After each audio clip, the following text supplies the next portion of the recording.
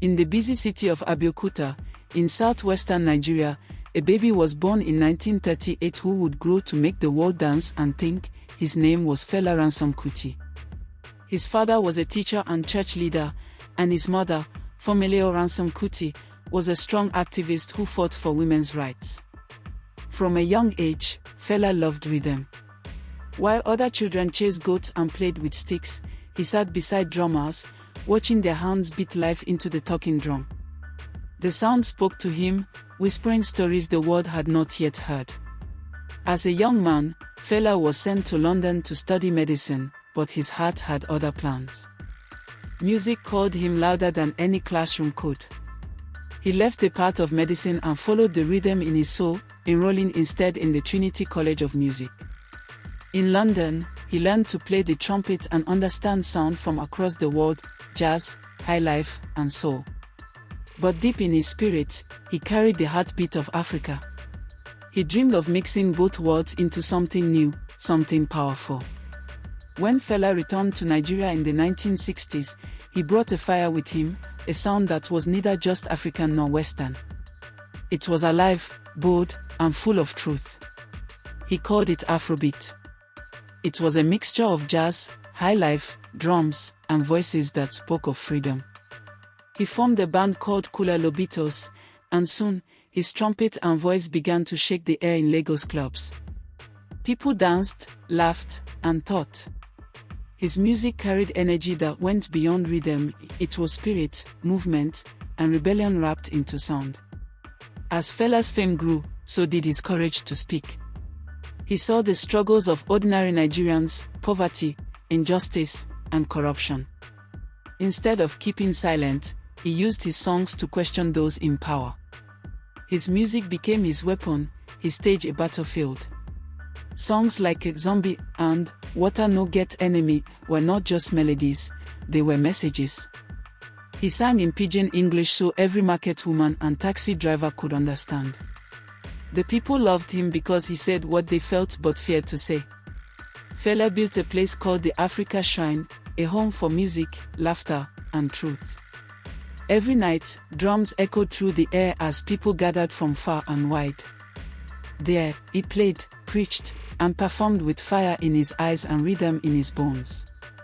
The shrine became more than a stage, it became a symbol of freedom. Fela spoke about African pride, unity, and strength. To the youth, he was a teacher. To the elders, he was a stubborn dreamer. To the world, he was the bold sound of Africa. But not everyone danced to Fela's truth. Those in authority saw him as a threat. His songs embarrassed them, and his courage angered them. Fela's home was raided many times, his instruments broken, and his band members harassed. Yet, he never stopped singing. Each time he was silenced, he came back louder. Each time they tried to break him, he turned his pain into new music. The more they attacked him, the stronger his message became.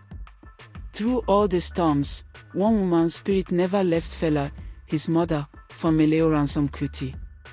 She had taught him to stand tall and never bow to injustice. She was his guide, his inspiration, his strength. When she passed away, Fela's heart broke deeply. He turned his sorrow into song, filling the air with love and remembrance. His music became softer for a while, not in sound, but in soul, filled with the tears of a son who lost his greatest teacher. By the 1980s, Fela's music had crossed oceans. From Africa to America, from Lagos to London, people everywhere danced to his rhythm and listened to his words. Famous musicians admired his courage and learned from his style.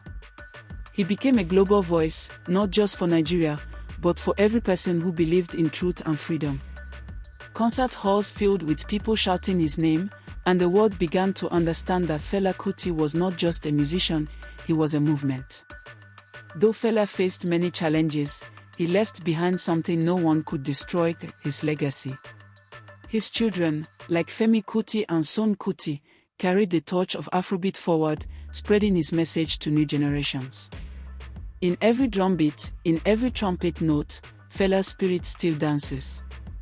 His music continues to teach people to be proud of who they are, to question wrongs, and to never be silent in the face of injustice. Fela Anikulapo Kuti, the man who carries death in his pocket, believed that truth never dies. He once said, "Music is the weapon of the future." And indeed, his songs still echo in hearts across the world. Today, his story reminds us that one person's voice can move a nation, that courage and rhythm can change minds, and that art can live forever.